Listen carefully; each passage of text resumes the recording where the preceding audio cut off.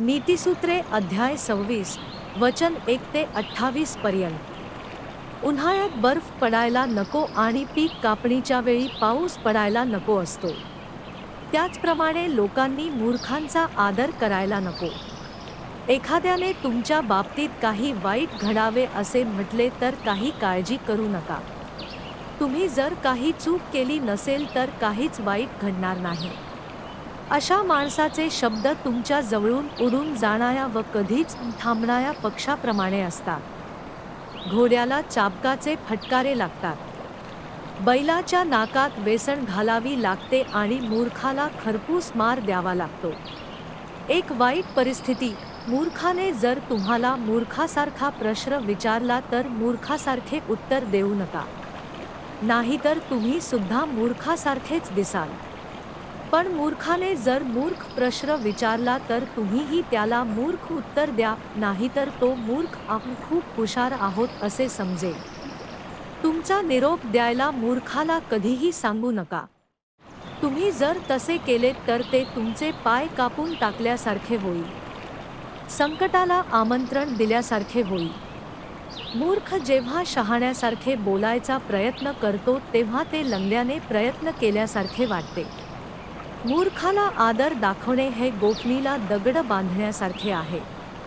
मूर्ख जेव्हा काहीतरी शहाणपणाचे बोलण्याचा प्रयत्न करतो तेव्हा ते झिंगलेल्या माणसाने हातात रुतलेला काटा काढण्याचा प्रयत्न केल्यासारखे वाटते। मूर्खाला किंवा वाटेवरच्या कोणालाही मोलाने काम करायला सांगणे धोकादायक असू शकते, त्यामुळे कोणाला इजा होईल ते सांगता येणार नाही। कुत्रा अन्न खातो, नंतर त्याला बरे वाटेनासे होते आणि तो उलटी करतो। कुत्रा नंतरही ते उकलेले पुन्हा खातो। मूर्ख माणूसही असाच असतो, तो मूर्खांसारख्या गोष्टी पुन्हा पुन्हा करतो। जर एखादा माणूस शहाणा नसताना स्वतःला शहाणा समजत असेल तर तो मूर्खापेक्षाही वाईट आहे। आळशी माणूस म्हणतो, मी माझे घर सोडू शकत नाही, रस्त्यात सिंह आहे। आळशी माणूस दारासारखा असतो, दार जसे बिजागरीवर मागे पुढे हलते तसा तो अंथरुणावर हलत असतो, तो इकडे तिकडे कुठेही जात नाही। आळशी माणूस स्वतःचे अन्न उचलून तोंडात घालण्यात देखील आळशीपणा करतो। आळशाला आपण खूप हुशार आहोत असे वाटते। 7 माणसे त्यांच्या कल्पनांसाठी योग्य कारणे देऊ शकतात, त्यांच्यापेक्षाही आपण हुशार आहोत असे त्याला वाटते। 2 माणसांच्या वादातला भाग बनणे हे फार धोकादायक असते, ते रस्त्याने चालताना कुत्र्याला त्याचे कान धरून पकडण्यासारखेच असते। जो माणूस एखाद्याला फसवतो आणि नंतर तो केवळ गंमत करीत होता असे म्हणतो तेव्हा ते वेड्याने अग्निबाण हवेत फेकून कुणाला तरी अपघाती करण्यासारखेच आहे। शेकोटीत जर लाकडे नसतील तर ती शेकोटी विझून जाते, त्याचप्रमाणे अफवा नसतील तर वाद संपून जातात।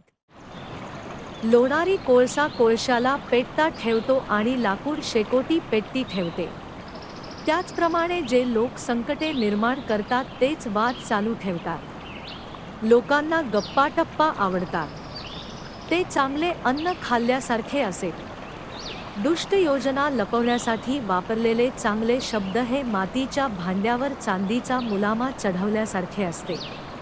दुष्ट मनुष्य आपल्या बोलण्याने चांगले दिसण्याचा प्रयत्न करतो, पण तो आपल्या दुष्ट योजना आपल्या मनात लपवण्याचा प्रयत्न करतो।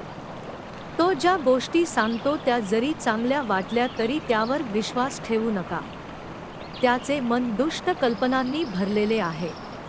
तो त्याच्या दुष्ट योजना चांगल्या शब्दांनी लपवतो, पण तो फारच नीच असतो आणि शेवटी तो ज्या वाईट गोष्टी करतो त्या सर्वांना दिसतील। जर एखाद्याने दुसऱ्याला जाळ्यात अडकविण्याचा प्रयत्न केला तर तो स्वतःच त्यात अडकतो, जर एखाद्याने दुसऱ्यावर दरड टाकण्याचा प्रयत्न केला तर तो स्वतःच त्या दरडीखाली चिरडून जाईल। जो माणूस खोटे बोलून ज्या लोकांना दुःख देतो त्यांचा तो तिरस्कार करीत असतो, आणि तो जर त्याच्या मनात नसताना काही बोलला तर तो स्वतःलाच दुःखी करीत असतो। नीतिसूत्रे अध्याय 26 वचन 1 ते 28 पर्यंत।